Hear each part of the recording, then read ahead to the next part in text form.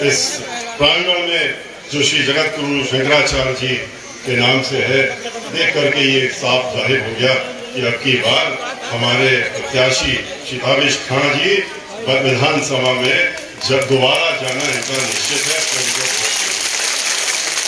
मंच पर उपस्थित बहुजन समाज पार्टी के सभी सम्मानित नेतागण, पूर्व मंत्री उत्तर प्रदेश के श्री नकुल दुबे जी, हमारे प्रत्याशी विधानसभा मेघालय से मोहम्मद ताबिश खान जी, जो कि कोई नए व्यक्ति नहीं है, ये बहुत पुराने व्यक्ति हैं, आपके बीच में हमेशा से 24 घंटे काम करते रहे। ये उनमें से भी नहीं, ये विधायक के रूप में आपने इनको आशीर्वाद देकर के पहले जिताया था।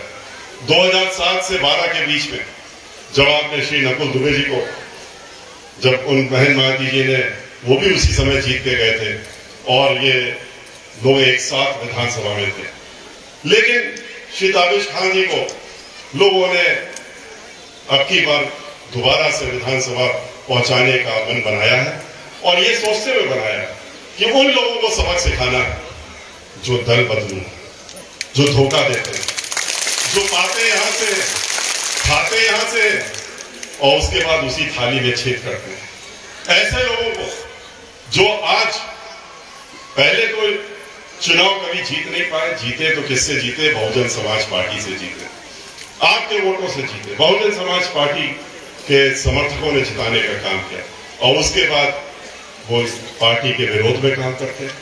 तो अब की बार ऐसे सभी लोगों को पूरे उत्तर प्रदेश में एक तरफ से सबक सिखाया जा रहा है और ये लोग अब जितनी भी कोशिश कर लें, अब आपके बीच में और ताबिश खान साहब के बीच में आ नहीं पाएंगे और ये निश्चित रूप से चुनाव जीतने का काम करेंगे।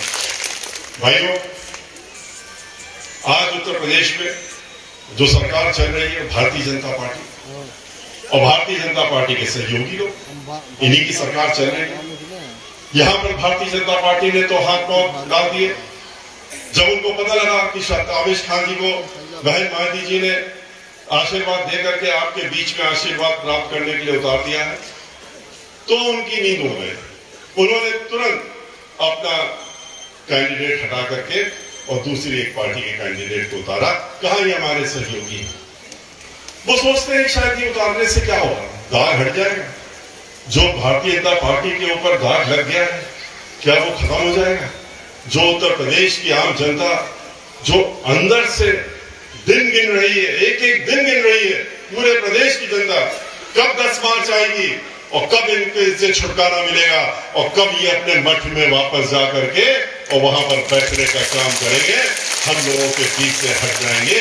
इसका एक एक दिन इंतजार उत्तर प्रदेश की एक तरफ से दूसरे कोने तक आज जनता इंतजार कर रही है। आज 4-4 चरणों में वोट पड़ गया और हर तरफ एक तरफा वोट बहन मायावती जी के नाम पे क्यों पड़ा? आज 5वां चरण का वोट पड़ रहा है। अभी तक की जितनी खबर हमने ली है, 4 चरणों की तरह आज भी एक तरफा वोट बहुजन समाज पार्टी के पक्ष में पड़ रहा है। और क्यों पड़ रहा है? क्योंकि वो दोबारा से अपनी ऐसी सरकार चाहते हैं जो कि उनकी अपनी खुद की सरकार हो और जो जिसमें भाईचारा हो, जिसमें अमन चैन हो और जिसमें सभी लोग सुखी हो, सबका हक उसको मिलने का हो। इस तरह की सरकार नहीं जैसे समाजवादी पार्टी की सरकार आई थी, गुंडागर्दी, माफियागर्दी, दहशतगर्दी, डकैती, फिरौती, लूटमार, बलात्कार, दंगा फसाद, इस तरह की सरकार।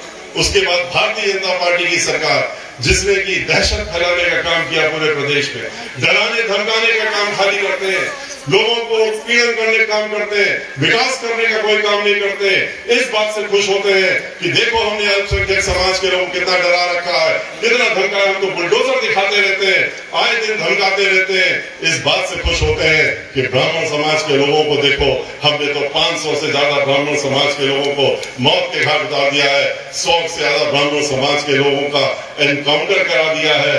खुशी दुबे नाम की लड़की जो उसको 20 महीने से जेल में रखा हुआ है ब्राह्मण समाज की, जिसका कोई दोष नहीं था, सिर्फ इतना था कि उसकी शादी होती है, 16.5 साल की वो लड़की थी और जिस घर में जाती है उसी अगले दिन उसके उस पति को मार दिया जाता है, घर के और लोग मार दिया जाता है। उसका क्या दोष था वो आज तक नहीं बता पाए। लेकिन मुख्यमंत्री जी उनके खास निशाने में जैसे ब्राह्मण समाज के लोग, दलित समाज के लोग, अल्पसंख्यक समाज के लोग और पिछड़ा वर्ग में से जो गरीब समाज के लोग हैं उनके खुद के निशाने में रहते हैं। तो उसी के तहत में खुशी दुबे का भी प्रकरण वो अपने हाथ में लिए हुए हैं और कहते हैं जेल से नहीं आने देंगे बाहर, चाहे कुछ भी हो जाए। आएगी तो फिर रेणु शर्मा की तरह ही आने देंगे। जो रेणु शर्मा वो भी ब्राह्मण समाज की महिला, जो कि पंचायत की पूर्व अध्यक्ष रही और हाथरस में थी और जिसके खिलाफ भारतीय जनता पार्टी, समाजवादी पार्टी दोनों ही उससे दुखी रहते थे क्योंकि वो मजबूती से लड़ती थी, सबके लिए काम करती थी। उसको फर्जी मुकदमे में जेल में भिजवा दिया, जेल में बंद रखा। जब उसकी बेल हो गई तो बेल होने के बाद भी 15 दिनों तक उसको जेल से बाहर नहीं आने दिया। और कब आने दिया? जब उसकी जेल के अंदर मृत्यु हो गई तो उसका मृत्यु शरीर अंदर बाहर आने दिया। और इसी तरह की उम्मीद, इसी तरह की चाल, इसी तरह की सोच ये खुशी दुबे के लिए भी लगाए हुए हैं कि एक दिन खबर मिल जाए तब उसके बाद उसके मृत्यु शरीर को हम बाहर निकालने का काम करें। ये ऐसे लोग हैं जिन्होंने आपने देखा किस तरीके से हाथरस में क्या किया था इन्होंने। दलित समाज की एक बेटी बलात्कार होता है, बलात्कार होने के बाद उसकी मृत्यु हो जाती है। उसका मृत्यु शरीर भी मुख्यमंत्री जी उसके घर वालों को नहीं मिलने देते। रोती रही, भिड़कती रही उसकी मां, टेलीविजन में सब लोग देखते रहे, उसको सिक्चों में बंद कर दिया, उसका चेहरा भी नहीं देखने दिया। और क्या कहा? खुद अपना चेहरा दिखा रहे थे कि हम देखो बैठ करके रात के 2:30 बजे 2 बजे हम मॉनिटर कर रहे हैं सब चीज। जिलाधिकारी को खड़ा करके रखा था वहां पर, वो अपना खड़ा था 24 घंटे से।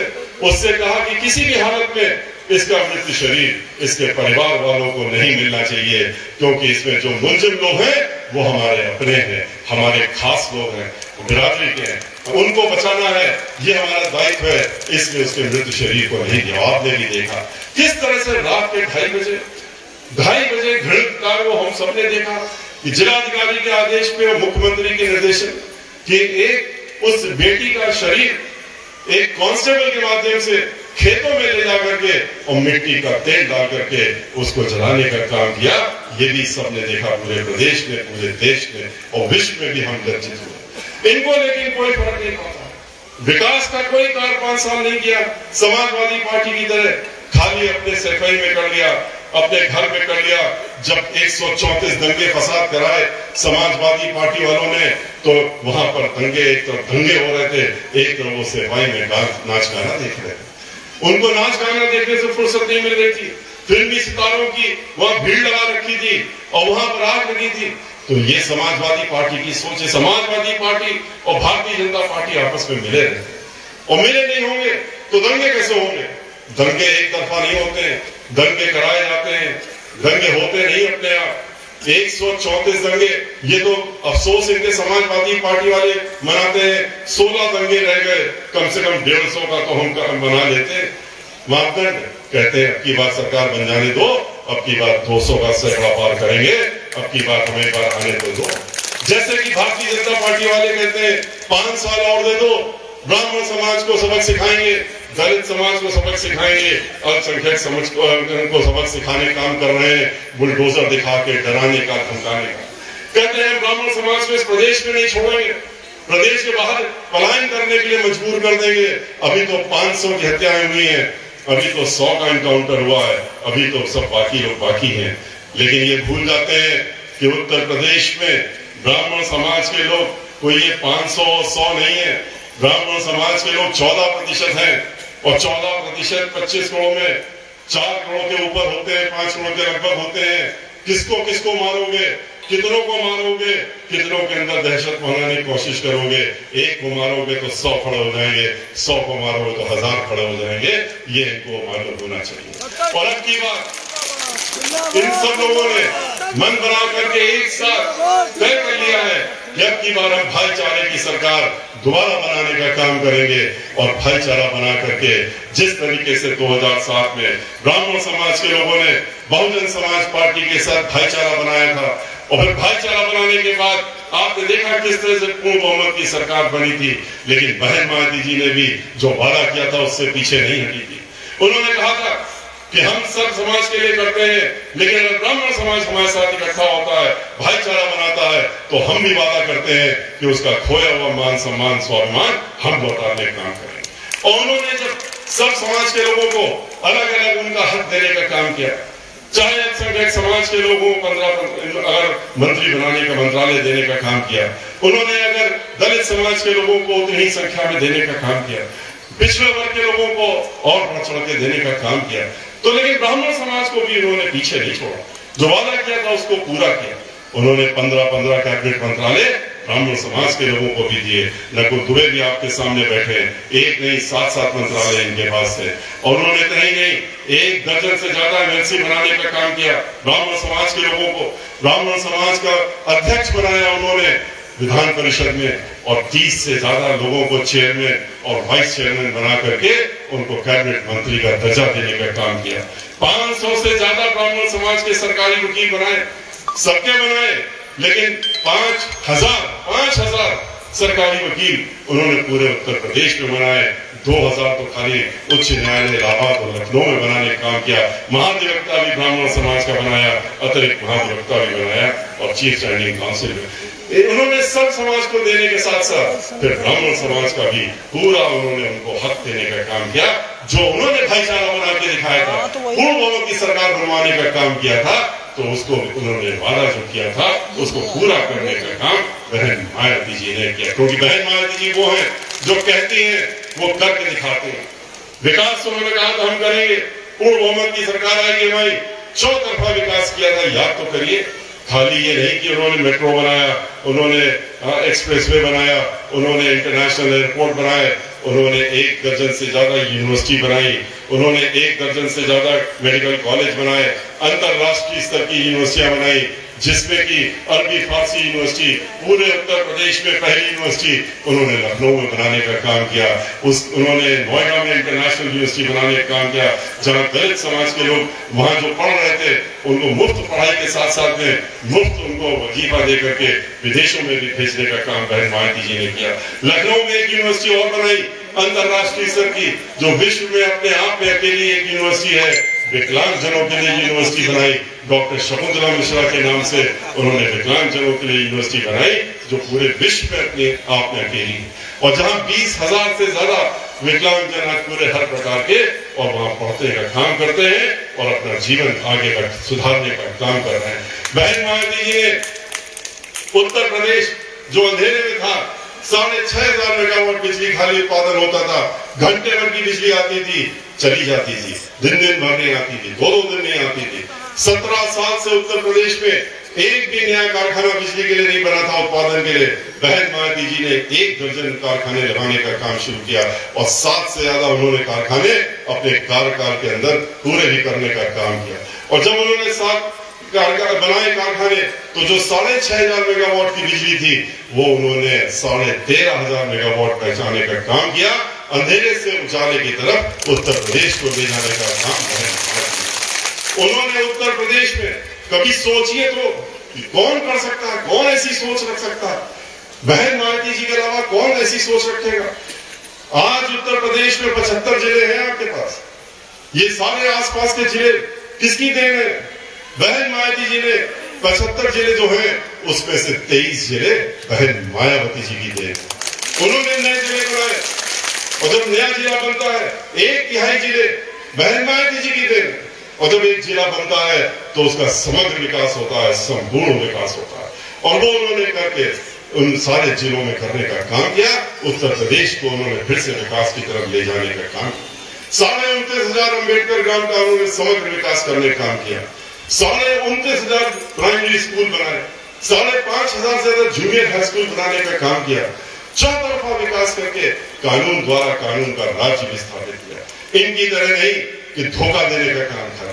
महिलाओं से क्या कहा भारतीय जनता पार्टी ने कि समाजवादी पार्टी में बड़ी लूटमार होती है, बलात्कार होते हैं, महिलाओं का उत्पीड़न होता है, महिलाएं घर से ही नहीं निकल सकती, चलो तुम हमको वोट दे दो, हम तुम्हें सुरक्षा देंगे। और उसके बाद वोट मिलने के बाद क्या हुआ? हम नहीं कहते, ये इनकी खुद की सरकारी रिपोर्ट है, एनसीआरबी की सरकारी रिपोर्ट, जिसपे लिखा हुआ है कि आज उत्तर प्रदेश में हर 2 घंटे में एक महिला के साथ बलात्कार हो रहा है और दुराचार हो रहा है। ये सुरक्षा इन्होंने महिलाओं को देने का काम किया। महिलाओं से कहा था कि हम तुम्हारी रसोई सस्ती कर देंगे, क्या किया? जो सिलेंडर मिलता था 200 रुपए का, उसके दाम बढ़ा करके 1200 पहुंचाने का काम कर दिया। सारी चीजें जो इस्तेमाल होती घर के अंदर और रसोई के अंदर, सबके दाम कई गुना, 10 गुना बढ़ा दिए, क्योंकि पेट्रोल के ही दाम 65 रुपए से बढ़ा करके और डीजल के दाम बढ़ा करके 100 के पार कर दिया। जब पेट्रोल और डीजल के दाम बढ़ जाते हैं तो अपने आप सब चीजों के दाम बढ़ जाते हैं। सबकी कमर तोड़ती, जहां 50 रुपए में रसोई होती थी अब 500 में भी पूरी नहीं होती। किसानों से क्या कहा? किसानों से कहा कि हम तुम्हारी आमदनी 2 गुना कर देंगे, 2 गुना आमदनी कर देंगे, तुम हमको वोट दे दो। उसके बाद क्या हुआ? वोट लेने के बाद उन्होंने, आपने देखा किस तरह से 4 काले कानून लाद दिए उनके ऊपर, और ऐसे कानून बना के लादे जिसके तहत में इनके जो चुनिंदा उद्योगपति हैं, जिनके हाथ में इन्होंने पूरे देश को बेच दिया और जो इनको लाखों करोड़ रुपया अदा कर देने का काम करते हैं चुनाव के लिए, तो उनको इन्होंने जमीन भी देने की योजना बना दी। और ऐसी योजना बनाई कि उसके तहत में जमीन को पट्टे में देना पड़ेगा, और जब पट्टे में एक बार जमीन दे दी तो दोबारा जमीन मिलने वाली नहीं है। ये सभी किसान समझ गए। जिंदगी भर मुकदमे लड़ते रहेंगे, जमीन वापस नहीं आएगी। इसीलिए पूरे प्रदेश और देश में आंदोलन हुआ। हम लोग भी उनके साथ में जुड़े हुए, हम लोगों ने पार्लियामेंट के अंदर भी, पार्लियामेंट के बाहर भी इस आंदोलन में भाग लिया। लेकिन 700 से ज्यादा किसानों की शहादत हो गई, इनको कोई फर्क नहीं पड़ा। फिर भी आंदोलन को कुचलने की योजना दिन रात बनाते रहे, और बनाते बनाते इतना नीचे गिर गए कि 4 किसानों को ही कुचल के मार दिया, और अपने मंत्री के लड़के की गाड़ी से कुचल के, उसी के माध्यम से कुचल के मरवाने का काम किया। और इतना ही नहीं, वहां पर मंत्री और मंत्री के लड़के, मंत्री आज भी मंत्री बना के रखा, उनको नहीं हटाया, और लड़के की बेल आज 3 महीने के अंदर करा देते हैं। 3 महीने में बेल हो जाती है, निकलते ही फिर धमकी दे दी जाती है। इनके मंत्रियों ने भी धमकी दे दी कि ये कानून तो अभी वापस लिया है क्योंकि चुनाव आ गया है, चुनाव के बाद इस कानून को हम दोबारा लाने का काम करेंगे। कहते हैं 2 गुना आमदनी बढ़ाएंगे। क्या 2 गुना आमदनी बढ़ाने में 25 रुपए पर क्विंटल दाम बढ़ाया गन्ने का, वो भी कब? जब 1 महीना चुनाव का रह गया था। पूरे 5 साल में 35 रुपए बढ़ाए थे समाजवादी पार्टी की सरकार ने, इन्होंने 25 बढ़ाए। लेकिन बहन मायावती जी ने अपनी सरकार में 125 रुपए क्विंटल का जो दाम था, उसको उन्होंने 250 रुपए करके 2 गुना करने का काम बहन मायावती जी ने किया। इन्होंने तो आज किसानों को खेतों में ही डाल दिया, घर भी छूट गए उनके, घर का खाना भी छूट गया। अब तो खेतों में पड़े रहते हैं, और किस लिए लाठी डंडा लेकर रात भर पहले बोने का काम करते हैं, फिर खेत बचाने का काम इनके छुट्टे जानवरों से जो इन्होंने पूरे प्रदेश में छोड़ने का काम कर दिया है, उसको करने का कहते हैं। अब की बार सरकार बनवा दो, अब की हम कुछ योजना बना देंगे कि इन छुट्टे जानवरों को छुटकारा दिलाने के। लोगों ने पूछा कैसे, क्या छुटकारा दिलाओ, कैसे करोगे? तो मैंने छोड़ ही दी। कहते नहीं, इनको अब की बार एक बार चर लेने देंगे, सारा जितना किसानों के मैदान में सब छोड़ देंगे, वो इनका पेट भर जाएगा, तो ये लोग शांत होकर के बैठ जाएंगे। इस तरह की तो बातें करते हैं, ऐसे वादे करते हैं, लोगों से कहते हैं कि बेरोजगार लोग, बेरोजगारों से उन्होंने क्या कहा कि हमें वोट दे दो, हम तुम्हें रोजगार 2 करोड़ देंगे। कहां से 2 करोड़ देंगे? 2 करोड़ रोजगार सालाना देने की जगह रोजगार लेने का काम किया। देंगे कहां से, जब आपने सारे सार्वजनिक उपक्रम जहां जहां नौकरी मिलती है लोगों को, वो आपने तो इनके हाथों में बेच दिया और उन्हें पौने दान में बेच दिया। जो 70 वर्षों से आपने अपने कीमती अपने पैसा टैक्स दे दे करके बनाने का काम किया, चाहे वो तेल कंपनियां हो, चाहे बिजली कंपनी हो, चाहे हवाई जहाज वाली कंपनी हो, चाहे वो रेलवे हो, चाहे वो कुछ भी हो, लाइफ इंश्योरेंस कॉर्पोरेशन, अब तो बैंकों को भी बेच दिया। बैंकों को पहले घोटाला करवाया और फिर कहा कि ले जाओ खरीद लो। जिसने घोटाला किया उसको विलायत में भेज दिया, लंदन भेज दिया, और फिर कहा उन्हीं के आदमियों से तुम लोग खरीद लो औने पौने दाम में। बैंक को भी बेचने का काम पूरे देश के बैंक कर्मचारियों ने आंदोलन किया, लेकिन इनको कोई फर्क नहीं पड़ा। बहन मायावती जी ने कह दिया अब की बार हमारी सरकार बनेगी, हमारा पहला प्राथमिकता होगा इस प्रदेश की बेरोजगारी दूर करना। हर घर में एक आदमी के पास रोजगार होना आवश्यक है, जिससे कि वो अपना परिवार सम्मानजनक रूप से चला सके। इनके सामने हाथ न फैलना, और ये उसको लज्जित न करें कि लाओ कटोरा अपना, हम उसमें एक मोबाइल डाल देते हैं, चुनाव आ गया है और हमको अपना वोट दे दो। और वो भी मोबाइल किसके पैसे से? भारतीय जनता पार्टी की खोज से नहीं, जिसमें हजारों करोड़ रुपया इन्होंने हर तरीके से लोगों से ले लेके कहीं मंदिर के नाम से कहीं किसी नाम से इकट्ठा कर लिया, वो भी सरकारी रुपया, वो भी आप ही का रुपया, आप ही के रुपए से आपको कहते हैं कि हम 5,000 का मोबाइल दे देंगे, झोपड़ियों में जाएंगे खाना खाने दिखाने के लिए चुनाव के पहले। लेकिन ये नहीं बताते जब मीडिया को ले जाते हैं कि इस झोपड़ी में हम जहां जा रहे हैं, कहते हैं दलितों के यहाँ खाना खाने जा रहे हैं, गरीबों के यहाँ खाना खाने, कि वो खाना जो है 5 सितारा होटल से पहले बन करके और उनके घर में रखवाया जाता है, फिर ये लोग वहां खाना खाने का काम करते हैं, दिखावा करने का काम करते हैं। बहन मायावती जी क्या करती है? बहन मायावती जी इस तरह ढोंग नहीं करने का काम करती है। बहन मायावती जी जो गरीब लोग हैं, उनके जो झोपड़ी में रहते हैं, उनकी झोपड़ी में न जा करके उनको झोपड़ी से बाहर निकाल करके और उन्होंने 2-2 कमरे के मुफ्त पक्के मकान मानवर काशीराम जी की योजना से देने का काम किया। जैसे उन्होंने पहले मालिकाना हक देने का काम किया था, उन्होंने 3-3 एकड़ और 5-5 एकड़ की पट्टे काट करके जमीन काट करके और फिर मालिकाना हक देने का काम किया था।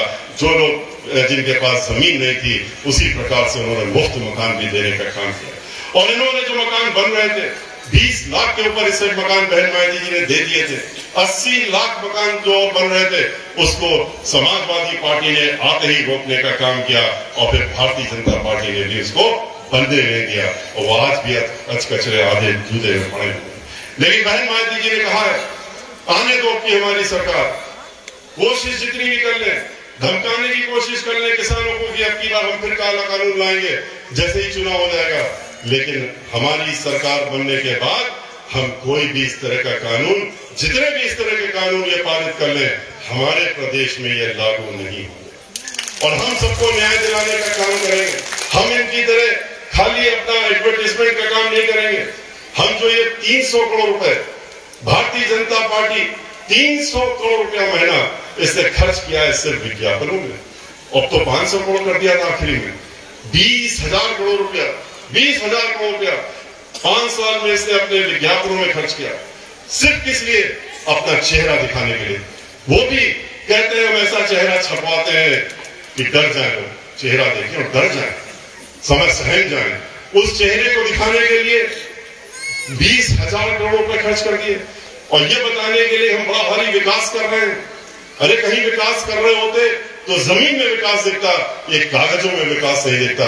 इनका विकास कागजों में दिखता है, बहन मायावती जी का विकास जमीन में दिखता है।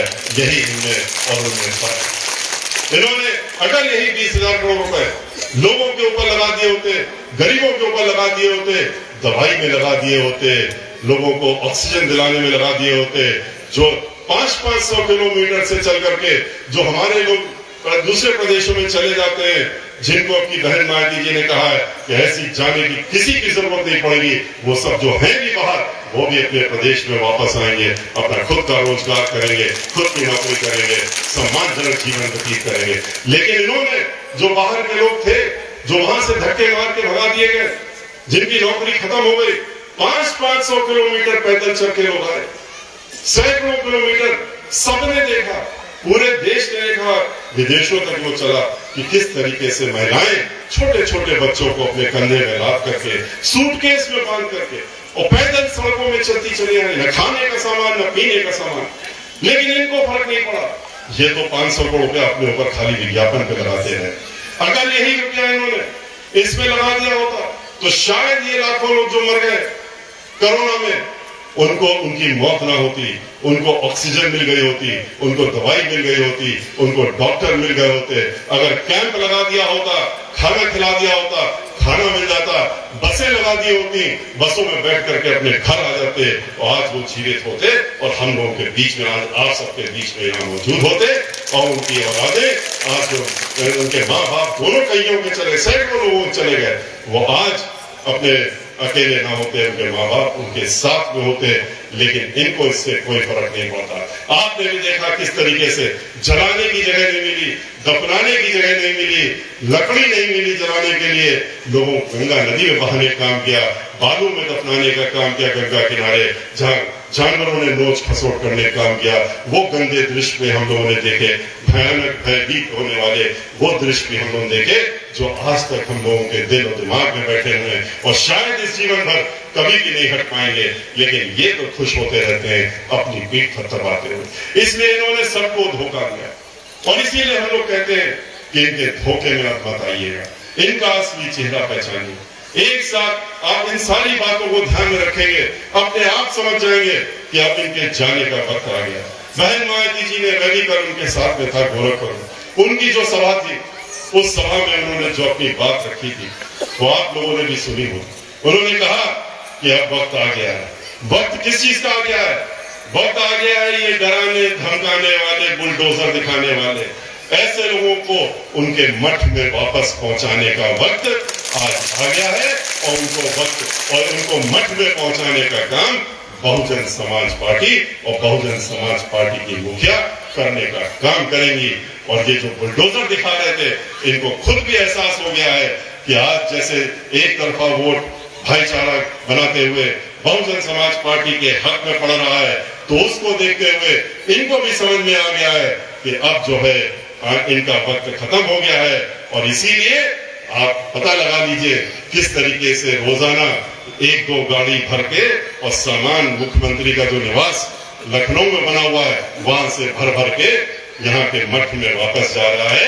उन्होंने तैयारी अपनी शुरू कर दी है, क्योंकि उनके अपने लोगों ने उनको बता दिया है कि अब आपके जाने का समय आ गया है, अब आप वापस अपनी तैयारी करने का काम करेंगे।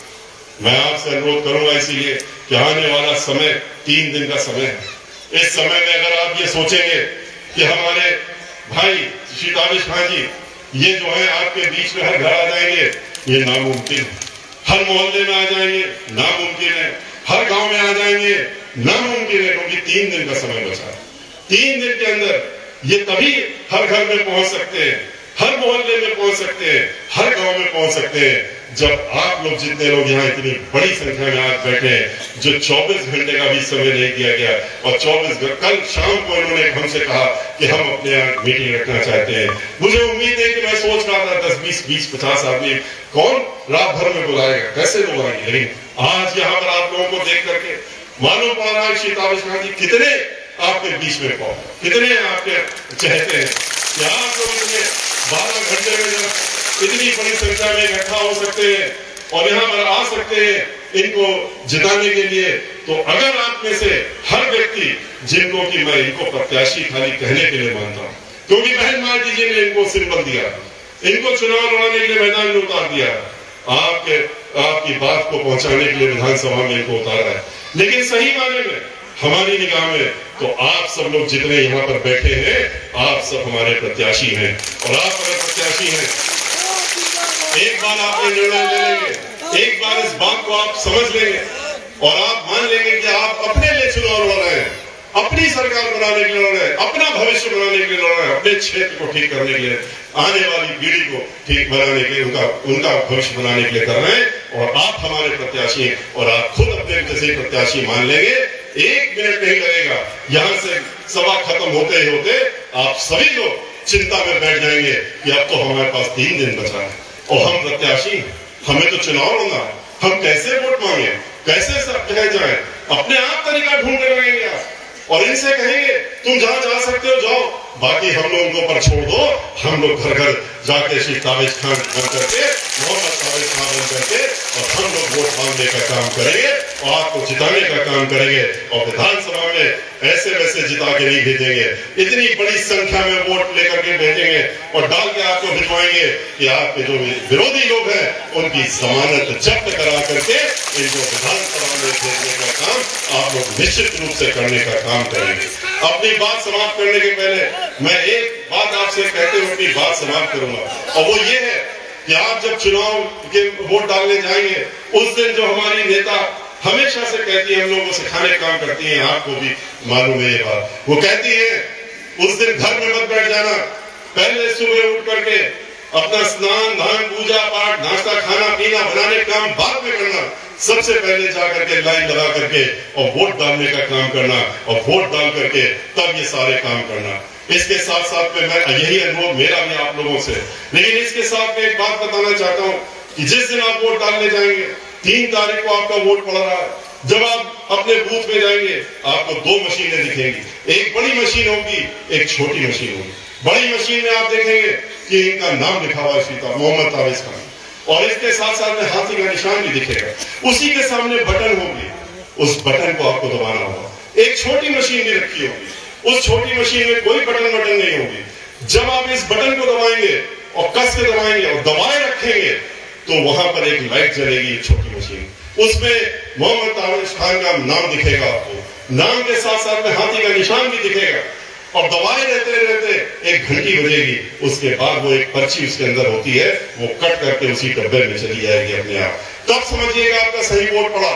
अगर आपने हाथ हटा लिया और वहां पर घंटी नहीं बजी, या वहां पर किसी और का नाम दिख रहा है, या गलत वोट पड़ रहा है, तो अगर आपने हाथ हटा लिया मशीन बंद हो जाएगी। फिर आप चाहे जितना शोर मचाएं, जितना हल्ला करें, वहां का पीठासीन अधिकारी कुछ नहीं कर सकता। इसलिए अपना अंगूठा तब तक दबा के रखिएगा जब तक आपको ये दिख ना जाए। और अगर लगे कि गलत वोट पड़ रहा है तो आवाज दे करके बुलाने का काम करिएगा वहां के पीठासीन अधिकारी को, और कहिएगा कि देखो हम मशीन दबाए हुए वोट नहीं पड़ रहा है, उसकी जिम्मेदारी होगी कि आपका ठीक वोट करवाने का काम करें।